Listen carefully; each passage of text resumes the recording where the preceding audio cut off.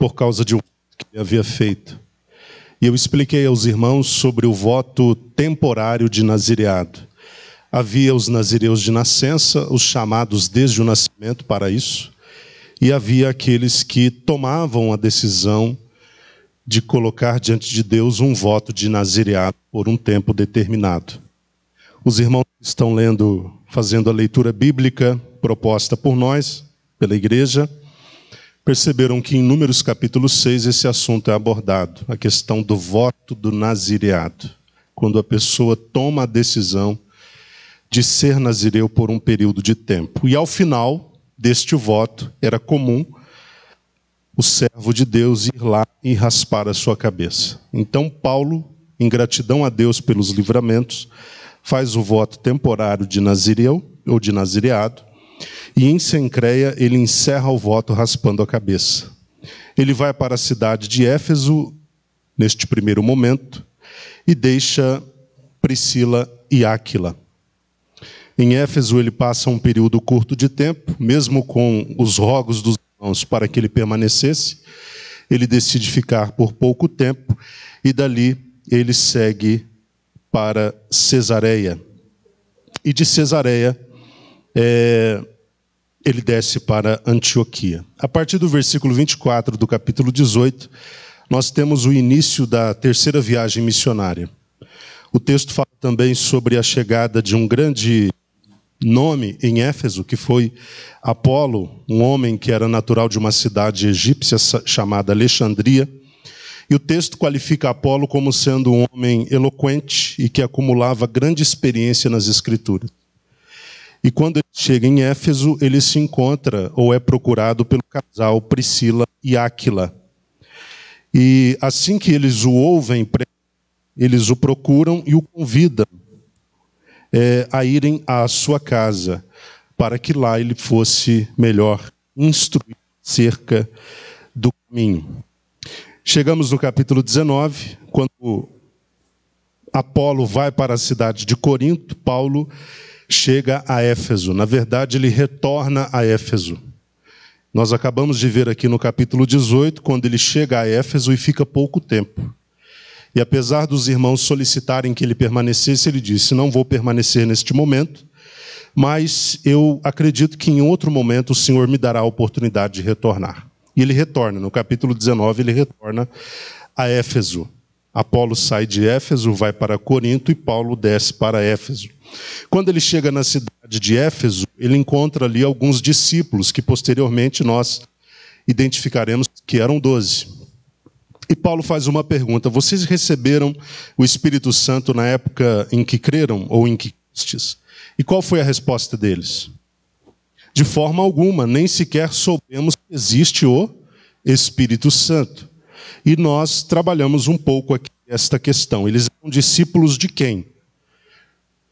De João Batista, provavelmente. Se eles não conheciam o Espírito e nem a promessa do envio do Espírito, e nem a já chegada presença do Espírito, provavelmente porque eles eram discípulos de João Batista.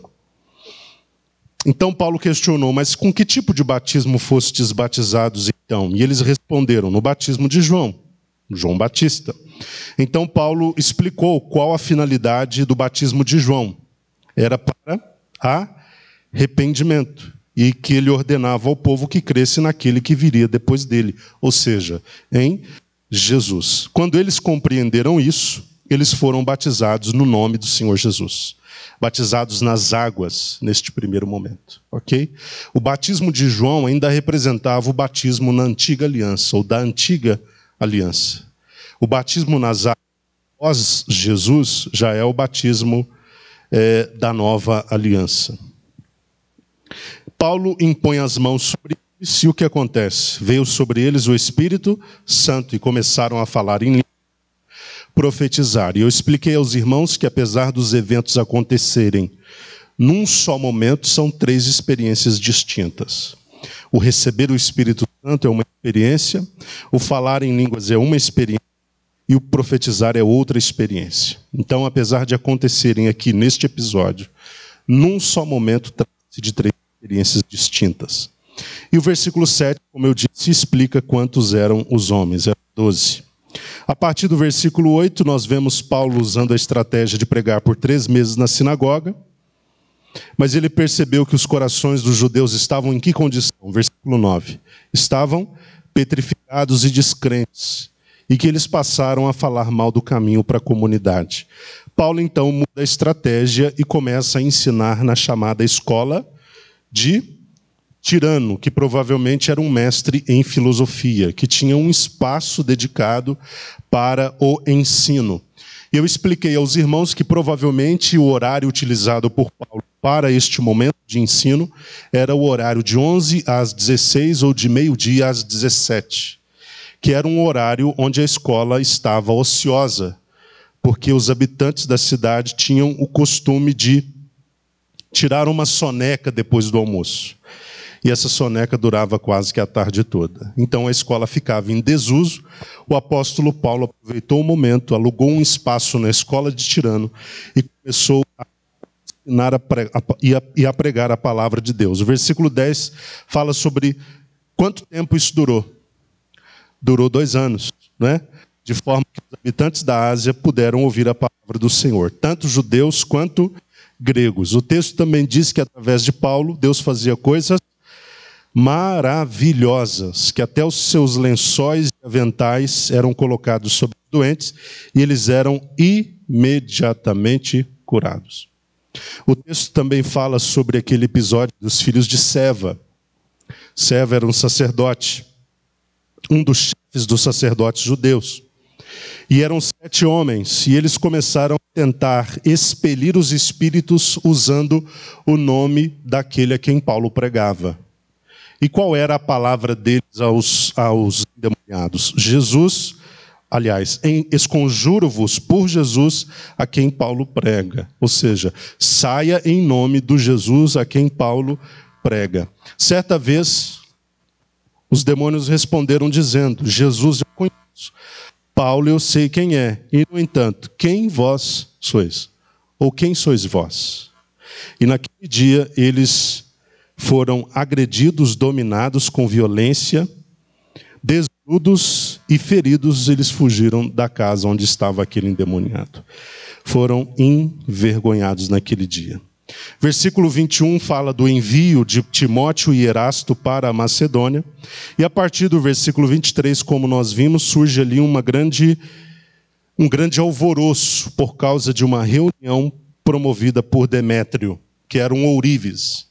E ele estava preocupado com a queda nas rendas, porque ele, assim como outros, eram produtores de uma imagem de escultura da deusa Diana, ou da deusa Artemis, é a mesma deusa. Então ele reúne ali os colegas de profissão e diz: olha, esse Paulo está atrapalhando o nosso negócio, nós precisamos fazer alguma coisa. E daquela reunião dos ourívios surgiu um grande alvoroço que se espalhou por toda a cidade, e ao final estavam todos lá no teatro ou no anfiteatro da cidade, querendo a cabeça de Paulo. E graças a Deus surge um secretário da cidade, secretário-geral, talvez uma espécie de prefeito, uma autoridade, e ele, com sabedoria, acalma os ânimos e encoraja aquelas pessoas a usarem os meios legais para acusarem Paulo, não é? Ao invés de quererem fazer justiça com as próprias forças, com as próprias mãos. E aí chegamos no capítulo 20. Versículo 1, nós temos a seguinte informação. Passado aquele alvoroço, qual alvoroço? O da cidade.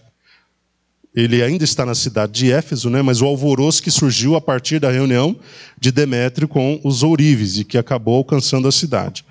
Paulo mandou chamar os discípulos e, havendo-os encorajado, despediu-se e partiu para a região da Macedônia. Nós temos aqui, irmãos, um momento difícil, que é o momento da partida.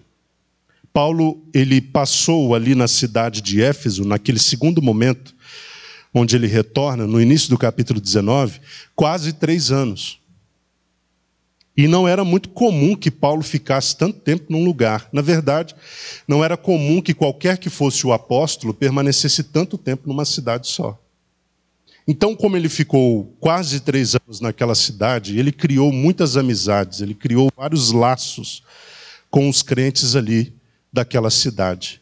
E agora ele reúne os discípulos, os encoraja e se despede deles, porque daquele momento em diante ele já não estaria mais atuando na cidade de Éfeso. Eu acho muito bonito isso, né? Quando Paulo chama a comunidade cristã, os discípulos, a liderança, encoraja e se despede. Isso é muito importante. Quer dizer que ele está prestando uma homenagem, um respeito àquelas amizades que ele construiu. Eu estou falando isso porque hoje é muito comum as pessoas, elas entram e saem da igreja e elas entram e saem sem se envolver com ninguém, sem despedir de ninguém, sem informar nada para ninguém. Não é? O apóstolo Paulo, quando saiu, pelo menos deu notícia: vem cá, estou indo embora, meu tempo aqui terminou, estou indo para casa, agradeço vocês pela cooperação, sigam em frente no trabalho, a igreja vai continuar sem mim, e ele vai para casa. E vai com a bênção daquela igreja. Então, hoje é uma prática muito que, infelizmente, caiu em desuso. As pessoas estão tão acostumadas a não pertencerem à igreja que elas se comportam como transeuntes mesmo. Então, elas chegam na igreja, não fala que chegaram, não procura liderança, não fala de onde veio, não fala um pouco da vida pregressa, vão embora, também não dão notícia, também não fala com a liderança, também não fala com os irmãos, também não despede. Você passa uma vida, gasta um tempo seu se dedicando à pessoa, ajudando, encorajando, pregando, ministrando, acompanhando, e a pessoa simplesmente vai para casa, vai seguir sua vida, não que isso seja errado, porque a vida é assim. Às vezes as coisas mudam drasticamente, as pessoas saem, elas vão, elas prosseguem em outro lugar, mas elas perderam o costume de prestar contas, serem gratas, porque é o mínimo que as pessoas podem ser quando saem, é gratas às pessoas que, mesmo que por um tempo pequeno, as receberam e as abraçaram. Certo, se não me engano, foi Santo Agostinho de Hipona, que foi um grande teólogo na história da igreja, ele disse que a igreja é a mãe dos santos. Ele queria dizer o seguinte: se Deus é o pai, quem é a mãe? A igreja. É aquela que Deus prepara para gerar filhos para Deus.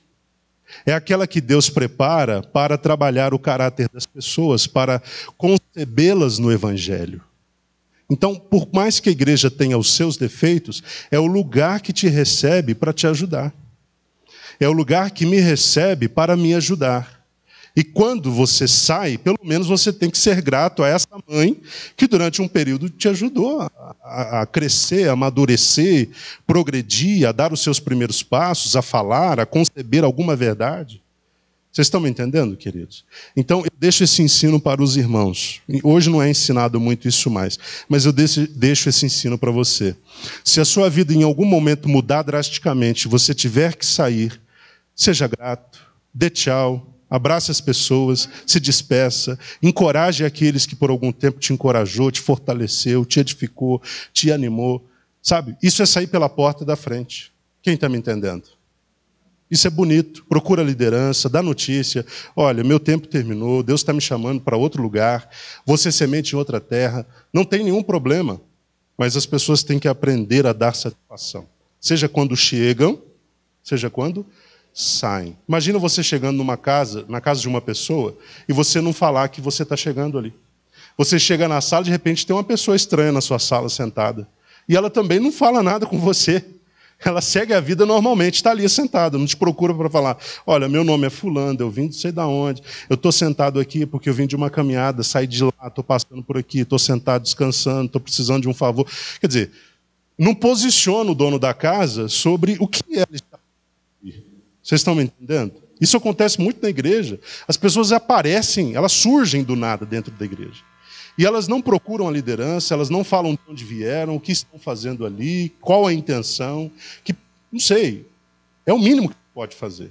E quando vão embora, o mínimo que se pode fazer é dizer: não estarei mais, não vou continuar, vou para outro lugar, vou ser semente em outra terra e assim por diante. Essa atitude de Paulo aqui me chamou a atenção. Ele chama todo mundo, se despede. Porque isso é sinal de respeito, é sinal de gratidão ao que foi feito. Pelo mínimo, né, que tenha sido feito, é sinal de gratidão.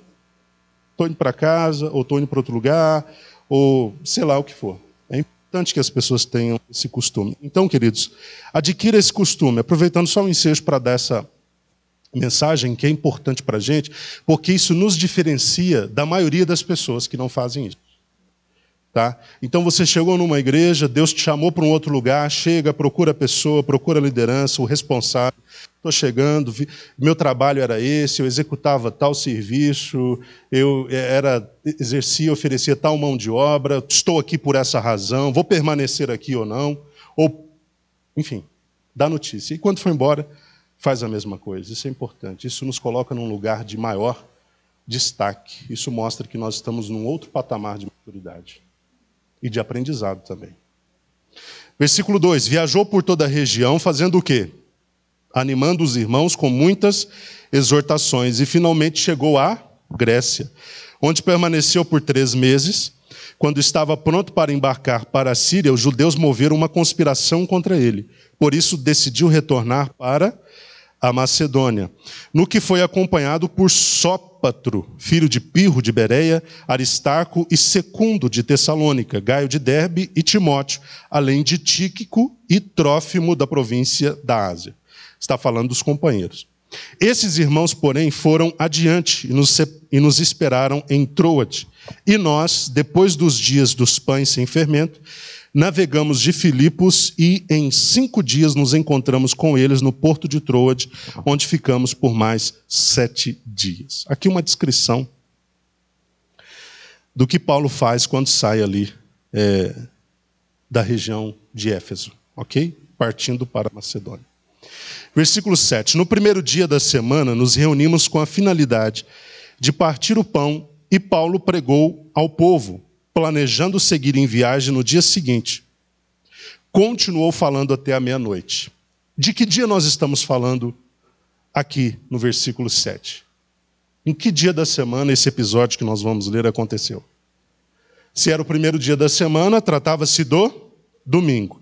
Mas não apenas isso nos leva a essa conclusão, mas também o fato de estar sendo citado aqui o partir do pão, que era uma alusão àquele encontro da festa ágape. Pode falar, Lê.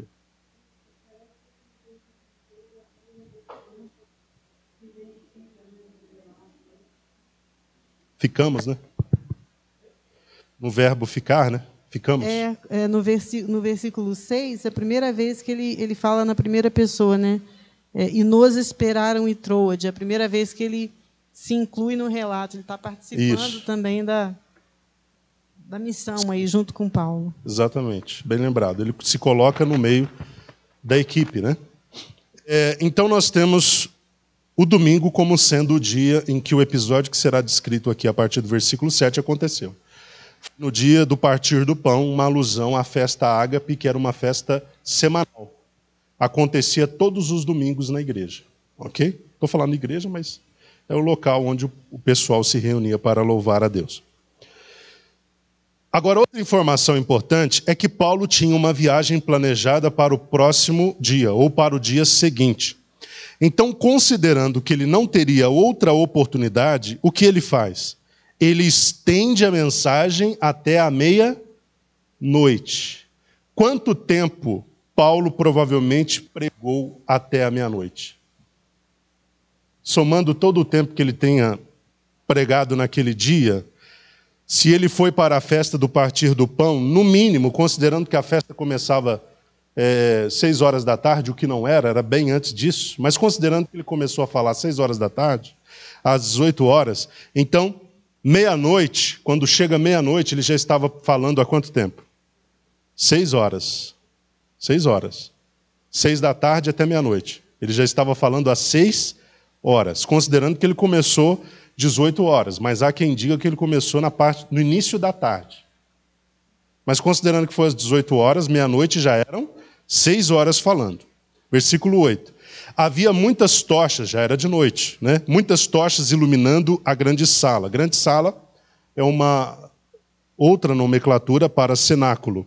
No piso superior, onde estávamos, aí de novo, né? Lucas se colocando, estávamos, eu também estava, reunidos.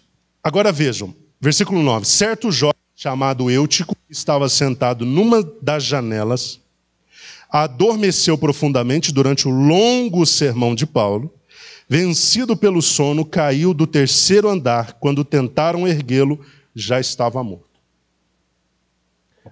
Há quem diga que a fumaça, né, que aquelas lamparinas, porque aqui eram tochas, aquela fumaça produzida pelas tochas, que eram várias dentro do ambiente, acabaram provocando ali uma irritação e um sono em Eutico, que estava no terceiro andar, fazendo com que ele adormecesse e caísse lá de cima.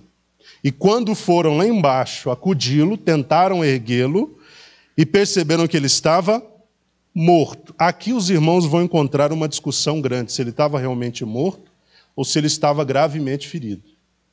Ok? Com base no que vem depois. Há quem diga que ele não chegou a morrer. Paulo identificou que ele não havia morrido e continuou com a sua pregação. E há quem diga que Paulo identificou que ele disse que o espírito ainda estava em Eutico, porque ele determinou que fosse feito isso, né, esse milagre, e o espírito voltou e ele voltou à vida. Então, se os irmãos pesquisarem sobre o assunto, vocês vão encontrar esses dois posicionamentos, tá? Mas a minha versão está dizendo que quando tentaram erguê-lo, já estava morto, ok? Contudo, descendo Paulo de onde? Do terceiro andar. Debruçou-se sobre o rapaz e o abraçou, declarando: não vos alarmeis, pois sua alma vive. É por isso que alguns questionam se realmente Eutico chegou a morrer, ou se ele apenas ficou desacordado. Em seguida, subindo novamente, partiu o pão, depois da declaração: não vos alarmeis, pois sua alma vive. Subindo novamente, partiu o pão e comeu. Depois continuou a pregar até o alvorecer, quando saiu para continuar sua jornada. Paulo pregou muito nesse dia, irmãos? Impressionante, né? Pregou horas. No mínimo 12 horas naquele dia ele pregou a palavra de Deus. Era um desejo muito forte no seu coração de trazer, de desaguar tudo que ele tinha que desaguar para aquelas pessoas, porque no dia seguinte ele já não estaria mais ali. E ele nem dorme. Ele não tira uma soneca, um cochilo para a seguinte viagem, ou para a viagem seguinte. Ele já sai para a sua jornada. Versículo 12. Então conduziram vivo o rapaz e sentiram-se extremamente confortáveis. Ou confortados. Interessante a tranquilidade de Paulo, né? Ele chega, o menino vive, a alma está nele, não vos alarmeis, e segue dando continuidade. Hoje nós faríamos o quê? Não ia estragar a reunião, não ia estragar o culto, irmãos? Como é que você tem clima para seguir com o ensino, com a pregação, diante de uma situação tão complicada, né? Mas Paulo, não, pode ficar tranquilo, não se alarme, o menino vai viver. E ele segue até amanhã, né, do próximo dia, e de fato, ao final, o Lucas pontua aqui, considera que o rapaz foi conduzido vivo, e que todo mundo se sentiu extremamente confortável. Versículo 13. Nós, entretanto, nos dirigimos ao navio e embarcamos para Assos, onde receberíamos Paulo a bordo. Quem receberia Paulo a bordo? Dentre os que receberiam estavam quem? Lucas, né? Lucas, de novo. Então vamos entender como está sendo colocado. Então Lucas se coloca como aquele que também receberia Paulo a bordo. Por quê? Lucas não estava com Paulo? Como é que agora Lucas vai receber Paulo a bordo? E aí? O versículo explica. Pois assim ele havia determinado, tendo preferido ir a pé. Então Lucas foi de quê? De barco. E Paulo vai de quê? A pé. E encontra com eles depois. Quando nos alcançou em Assos, quer dizer, Lucas em Assos, foi alcançado por Paulo e a equipe toda também alcançada por Paulo em Assos, o recebemos a bordo e seguimos viagem até Mitilene. A versão dos irmãos deve trazer outro nome, não é isso? Versículo 14. Seguimos viagem até onde? Mitilene, né? Tá. Então vamos deixar assim. No dia seguinte navegamos dali, chegamos em frente de Quio. No outro dia cruzamos para Samos e um dia depois chegamos a Mileto. Porquanto Paulo havia decidido não aportar em Éfeso para não se demorar na província da Ásia, pois tinha muita pressa de chegar a Jerusalém, se possível antes do dia de Pentecoste. Éfeso Era uma cidade onde havia uma igreja muito amada por Paulo, como acabamos de falar. E o medo de Paulo descer a Éfeso era de demorar demais, porque se você chega num lugar onde você ama as pessoas e as pessoas te amam, a tendência natural é que você não fique pouco tempo. Correto? Estou falando numa cidade, né? Você chega ali, você vai visitar um, vai visitar outro, alguém que sai lá do outro lado da cidade para te ver, para te abraçar, para perguntar como estão as coisas. Paulo sabia que seria dessa forma, então ele decide não aportar em Éfeso, tá? Para não demorar, porque ele queria chegar em Jerusalém. De Mileto, Paulo pediu para que fossem chamados os presbíteros da igreja de Éfeso. Ele não vai a Éfeso, mas estando em Mileto, pede que os presbíteros de Éfeso o encontrassem. Entendido até aqui? Versículo 18. Assim que se reuniram, ou seja, Paulo e os presbíteros de Éfeso, Paulo lhes declarou. Aqui vem uma declaração muito linda, tá, queridos? Vamos ler. Vós bem sabeis como foi que me comportei entre vós durante todo o tempo em que vivi convosco, desde o primeiro dia em que cheguei à província da Ásia. Ele está falando de Éfeso. Servi ao Senhor com toda a humildade e com lágrimas, sendo impiedosamente provado pelas ciladas dos judeus.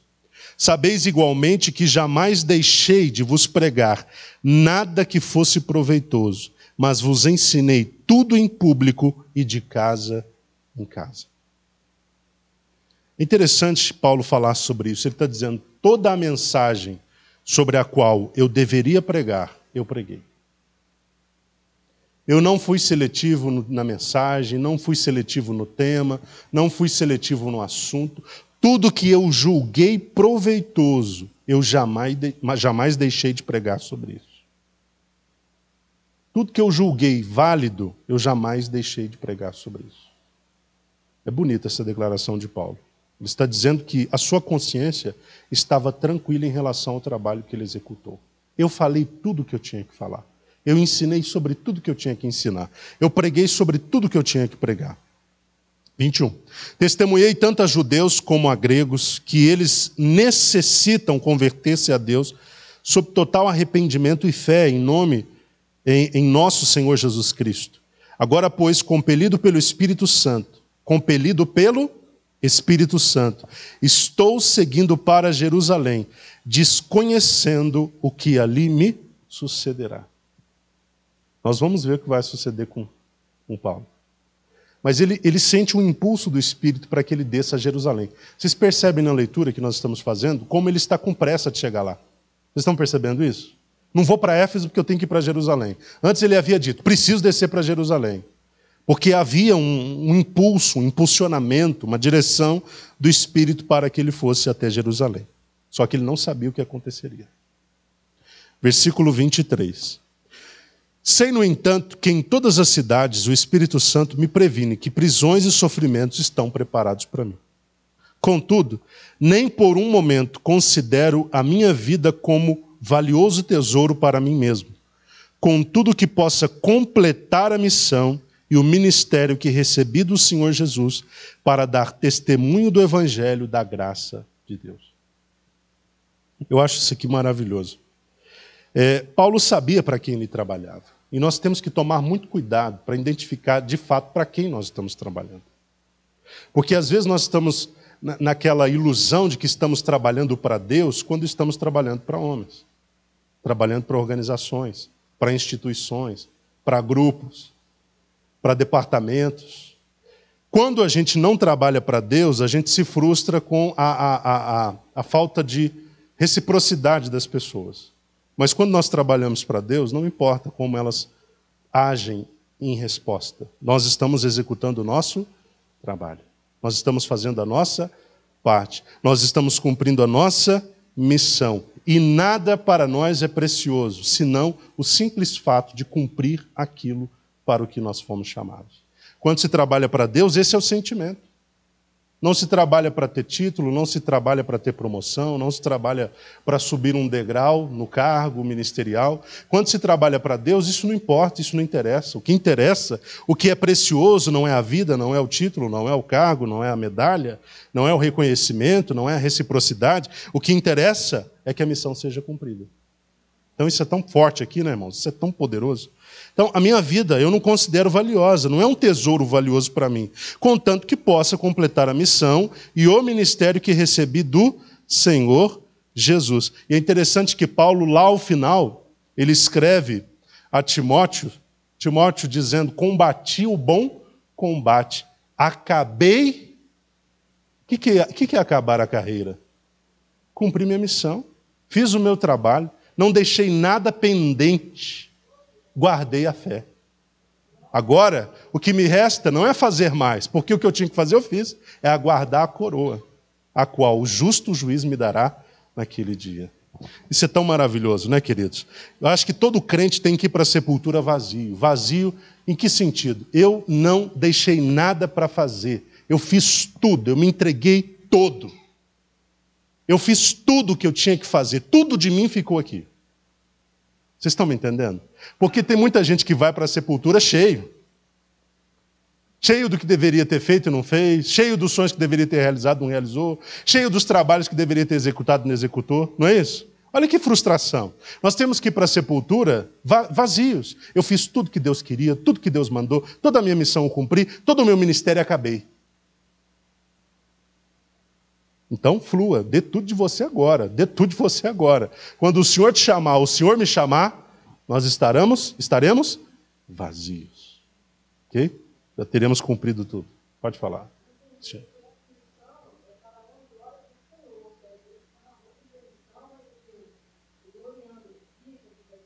Isso. É para a glória do Senhor, exatamente. Deus é quem deve e será glorificado através disso. Versículo 25. Estou consciente de que, desde agora, olha só, desde agora, nenhum de vós, entre os quais passei ensinando sobre o reino, vereis outra vez o meu rosto. Forte, né? Ele tinha que descer para Jerusalém, não sabia o motivo, mas aqui ele já estava pressentindo que ninguém daqueles a quem ele apresentou o reino o veria novamente. Olha que sensibilidade espiritual. Isso aqui é muito forte. Imagina você estar conversando com um homem de Deus que te mentoreou, que te consolidou, que te ajudou, que te evangelizou, que te promoveu, que te fortaleceu, e agora eu estou só tentando nos levar para esse lugar, tá? Onde as coisas aconteceram, para a gente imaginar. E agora ele está dizendo, olha, vocês nunca mais, nem vocês, nem aqueles a quem apresentei o reino, ou ensinei sobre o reino, verão novamente o meu rosto. Imagina o clima aqui. Como é que ficou complicado ali? Já não estava fácil, né? Porque Paulo já não iria mais para Éfeso. E agora ele disse que o seu rosto não seria visto de novo. Então o pessoal já começou a pensar, mas por que nós não veremos o teu rosto de novo? O que vai acontecer com você? Então ficou um clima muito forte, muito pesado ali. Portanto, hoje vos proclamo que estou inocente do sangue de todos, porque jamais deixei de vos ensinar toda a vontade de Deus, não é parte dela, toda a vontade de Deus. Concluindo, tende cuidado de vós mesmos e de todo o rebanho sobre o qual o Espírito Santo vos estabeleceu, como episcopos, para pastoreardes a igreja de Deus, que ele comprou com o sangue do seu Filho unigênito. Eu sei que, logo após minha partida, lobos ferozes se infiltrarão por entre a vossa comunidade e não terão piedade do rebanho. E ainda mais, dentre vós mesmos surgirão homens que torcerão a verdade com o propósito de conquistar os discípulos para si. Por isso, vigiai. Lembrai-vos de que, durante 3 anos, noite e dia, não parei de prevenir a cada um de vós com lágrimas quanto a isso. Agora, pois, eu vos dedico aos cuidados especiais de Deus e à palavra da sua graça, que tem o poder para vos edificar e dar herança entre todos os que são santificados.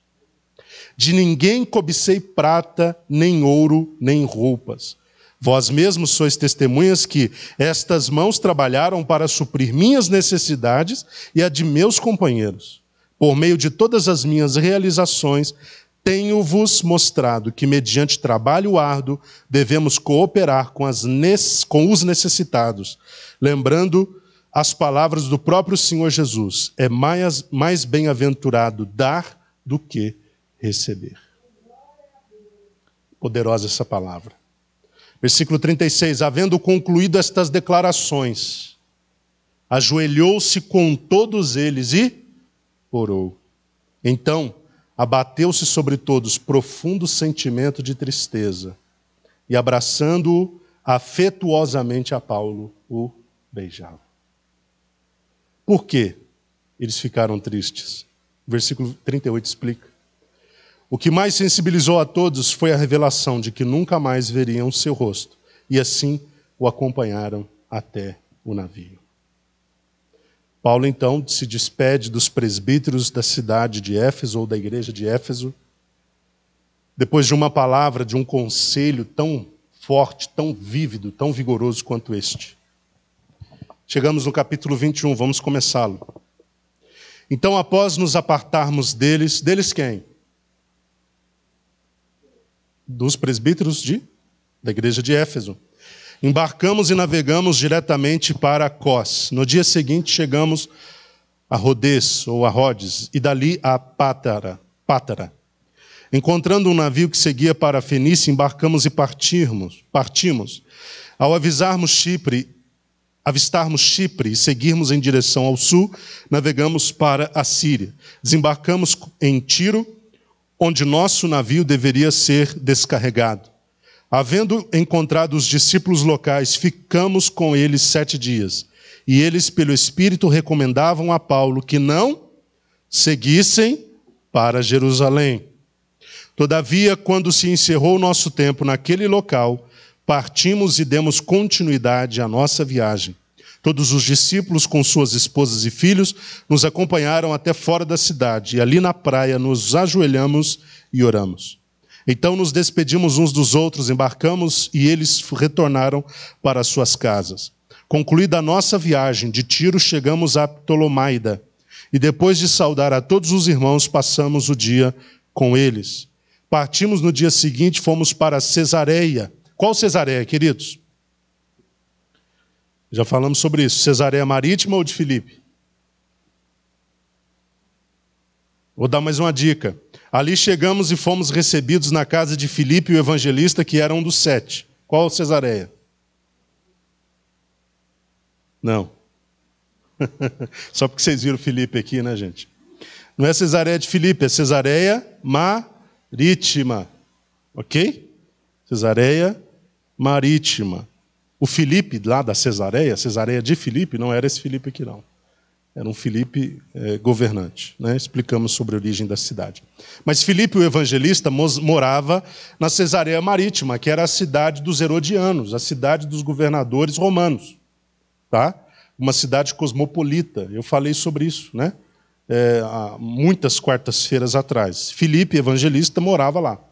E foi recebido, então, Paulo na casa de Filipe. Versículo 9. Filipe, ele tinha 4 filhas virgens que profetizavam. Então não era só Filipe que era uma bênção, até os filhos eram. Né? 4 filhas virgens que tinham o dom da profecia, de profetizar. Né?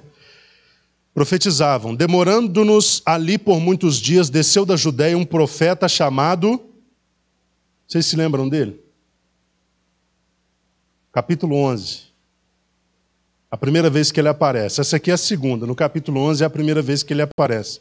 Ele aparece para predizer a fome na Judéia. Vocês se lembram disso? E ele disse até em que ocasião a fome aconteceria, nos dias de Cláudio. Ele profetiza fome para a Judéia e a igreja se mobiliza para mandar donativos para a igreja da Judéia, para que a igreja não atravessasse aquele período difícil sozinha. O historiador Flávio Joséfo, ele narra um pouco esse período de fome. Isso é importante porque mostra que a palavra de Deus está, que a história está assinando embaixo da descrição bíblica, da narrativa bíblica. Flávio Joséfo não era um servo de Deus. Ele era um historiador, ele não tinha compromisso com a palavra. Mas se ele narra o assunto, se ele narra o episódio, é porque de fato aconteceu como a palavra de Deus havia dito através de Ágabo. Então, esse período de fome na Judéia aconteceu. Agora, como Paulo demora um pouco lá na casa de Filipe, Ágabo fica sabendo que Paulo está lá e recebe uma mensagem de Deus para entregar para Paulo. Então, o que ele faz? Desce da Judéia e chega no local onde Paulo estava. Versículo 11. Ele chegou com o propósito de falar conosco. E assim que nos encontrou, tomou o cinto de Paulo. Olha que interessante a didática, né? A coisa como ela aconteceu aqui. O método. O cinto de Paulo e amarrando os seus próprios pés e mãos, profetizou.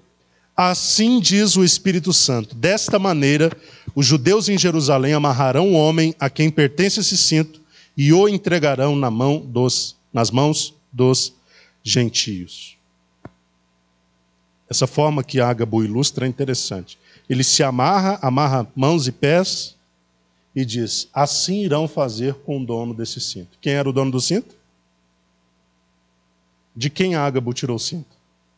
Então Paulo era o dono do cinto. Fariam isso com ele, Paulo. 12. Assim que ouvimos tal revelação, nós e todo o povo local suplicamos a Paulo que não subisse para Jerusalém. Então Paulo declarou, por que fazeis isso? Não choreis, pois assim fazendo, partis meu coração.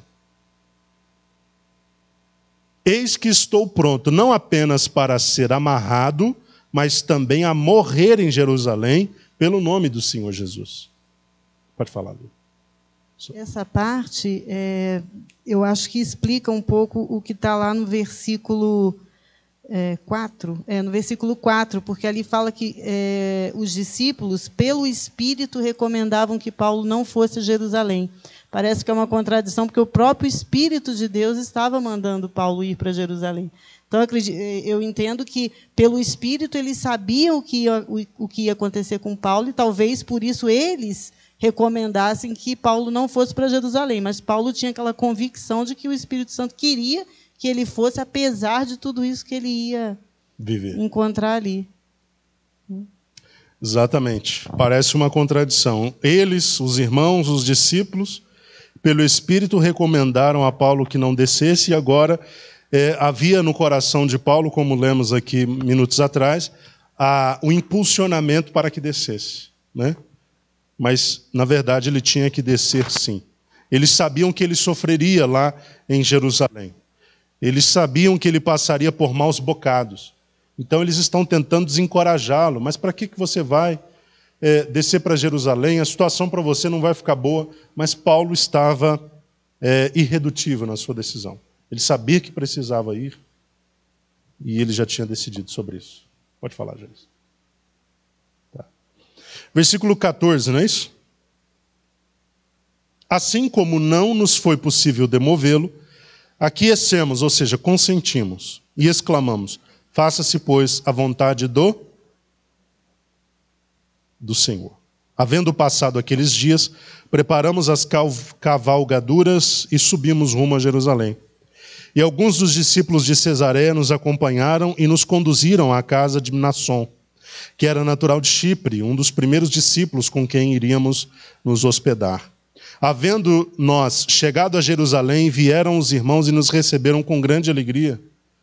No dia seguinte, Paulo seguiu em nossa companhia para encontrar-se com Tiago, e todos os presbíteros estavam reunidos.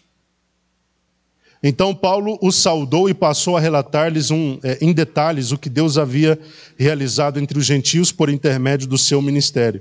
Ouvindo isso, qual foi a reação deles? Eles glorificaram a Deus e disseram-lhe, bem vês, irmãos, quantos milhares de judeus têm crido e todos são zelosos da lei. Porém, eles têm sido informados, aqui começa o trecho-chave aqui. Porém, eles têm sido informados a teu respeito de que ensinas todos os judeus que estão entre os gentios a se afastarem de Moisés, pregando que não circuncidem seus filhos, nem tampouco andem segundo as tradições e costumes. O que eles estão falando? Paulo, a sua reputação aqui não está boa. Não te é favorável. As notícias que estão chegando a teu respeito aqui e que estão circulando entre os judeus depõem contra você. Mas vocês acham realmente que Paulo estava preocupado com a reputação? Crente não tem que preocupar com a reputação. Crente tem que preocupar com a piedade. Quem cuida da piedade, Deus cuida da reputação. Ok? O crente que cuida da sua piedade, Deus cuida da sua reputação. Paulo não estava nem aí para a reputação dele, uma vez que ele estava cuidando da sua piedade e fazendo a vontade de Deus. A reputação Deus cuidaria depois. Que faremos, portanto? Certamente todos saberão que chegaste. Faze, pois, o que te vamos orientar.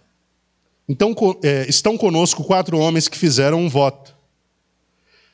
Participa com eles, com estes homens, dos rituais de purificação e paga as despesas deles para que rapem a cabeça. Provavelmente esses 4 homens estavam cumprindo o que voto. Acabamos de falar aqui no início. De nazireado. São 4 homens. Olha o conselho. Participa com eles dos rituais de purificação e paga as despesas deles para que rapem a cabeça. Dessa forma, todos observarão que é falso o que ouviram a teu respeito e que, em verdade, tu mesmo continuas andando sob absoluta obediência à lei. Entretanto, quanto aos gentios que se converteram, já lhes escrevemos a nossa determinação para que se abstenham de comer qualquer alimento oferecido aos ídolos, do sangue, da carne dos animais estrangulados e de todo tipo de moralidade sexual. Quer dizer, vamos fazer um papel para os judeus verem, não vamos nos preocupar com os gentios, porque o que eles precisam observar já foi informado. Versículo 26. Diante disso, no dia seguinte, Paulo levou consigo aqueles homens, quer dizer que Paulo seguiu o conselho. Ok? Quem era Paulo? Um grande apóstolo, um grande homem de Deus. Mas seguia conselhos também. Fica uma lição para nós. Não importa onde nós estamos, onde Deus pode nos levar, sempre haverá alguém cujo conselho deverá ser seguido. A gente tem que ser humilde para seguir conselhos. Diante disso, no dia seguinte, Paulo levou consigo aqueles homens e passou com eles pelos rituais de purificação. Em seguida foi ao templo para declarar o prazo do cumprimento dos dias da purificação e da oferta que seria consagrada individualmente em favor deles. Contudo, quando os 7 dias estavam quase terminando, alguns judeus da província da Ásia, observando Paulo no templo, incitaram toda a multidão e o agarraram. Esbravejando: homens de Israel, ajudai, este é o homem que por toda parte prega a todos contra o nosso povo, contra a lei e contra este lugar. Ele está falando do templo. Além de tudo, introduziu gregos no templo e profanou este santo lugar. Diziam isso, pois o haviam visto na cidade com Trófimo, o efésio, e presumiram que Paulo o havia trazido ao templo. Por esse motivo, toda a cidade se alvoroçou e houve grande ajuntamento de pessoas. Então, agredindo Paulo, arrastaram-no para fora do templo e, em seguida, as portas do templo foram fechadas. Nós vamos ter que parar por aqui, irmãos, por causa do tempo.